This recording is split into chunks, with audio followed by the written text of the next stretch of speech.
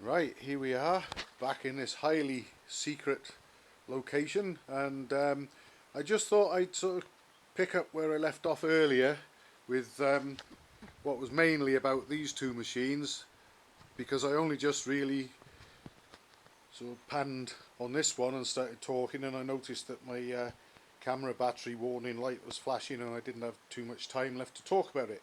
But this one is my father's, I think I can never remember for sure. It's either 1951 or 52. I think it's 52. Royal Enfield 350 Scrambler, and it was actually built by the factory as a Scrambler. We know that, we had it checked out years ago by the Royal Enfield Owners Club, and it's quite a rare machine as a result of that, apparently, because there were lots of very similar trials models made, but not so many Scramblers, and this is a Scrambler.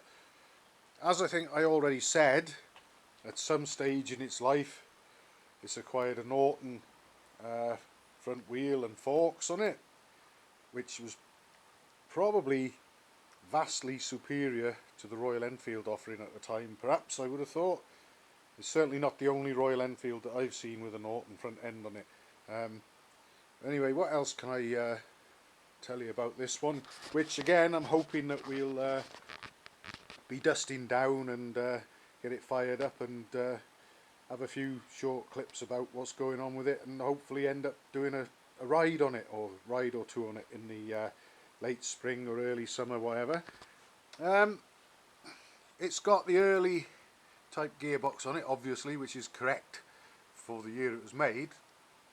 It's also got an aluminium cylinder barrel, which is what it would have had originally, and this is not a recent Indian copy or anything. That is a genuine old Royal Enfield Redditch aluminium cylinder barrel on this machine.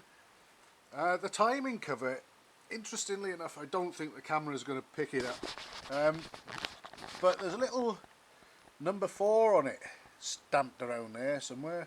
There, I think it is.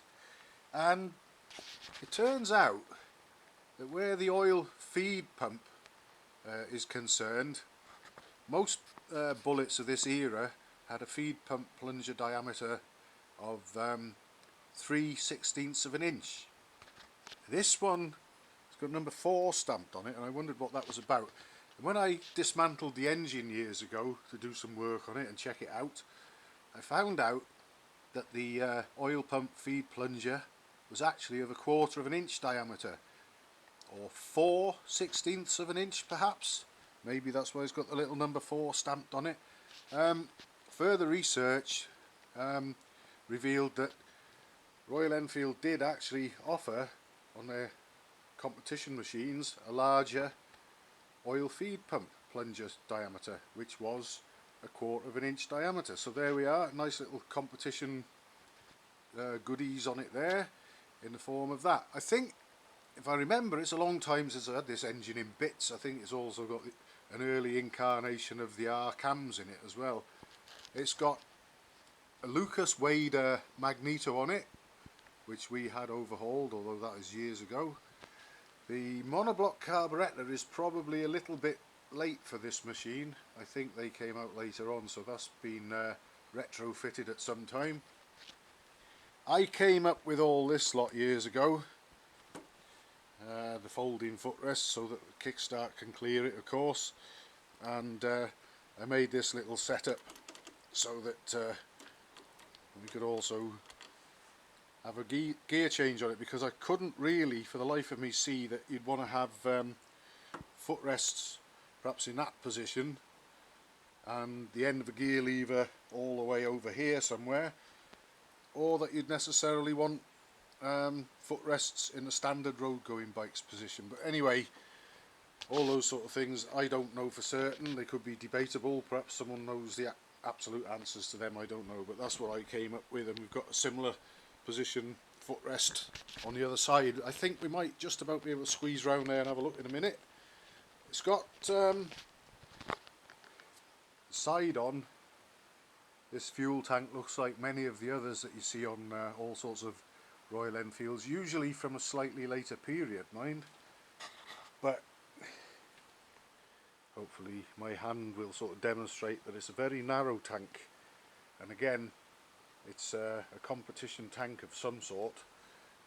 Again, I don't think this would have been original. I think it probably came from a later machine, but it was on it and with it when we bought it, or when my father bought it. And like I say, it was bought as a sort of laid up redundant old field bike. The guy who sold it to my father didn't seem to know much about it. We didn't know what we were getting. No one got ripped off, but my dad got lucky, it would seem.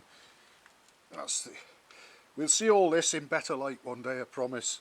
That's the folding footrest on the primary and brake pedal side. Better look at the magneto maybe, although a bit dark. Obviously there's no alternator on it, it predates that.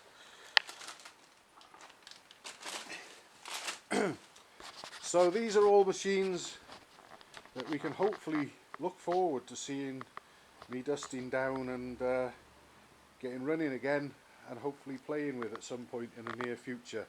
My father certainly wants to see them up and running again, and it'll be my job to see that they do, and I'll get the pleasure and the fun of riding them, and you folks, if you're interested, will be able to come along and join me as I do so. So watch this space please, and hopefully we'll be back in action and busy with all sorts of stuff again in the very near future.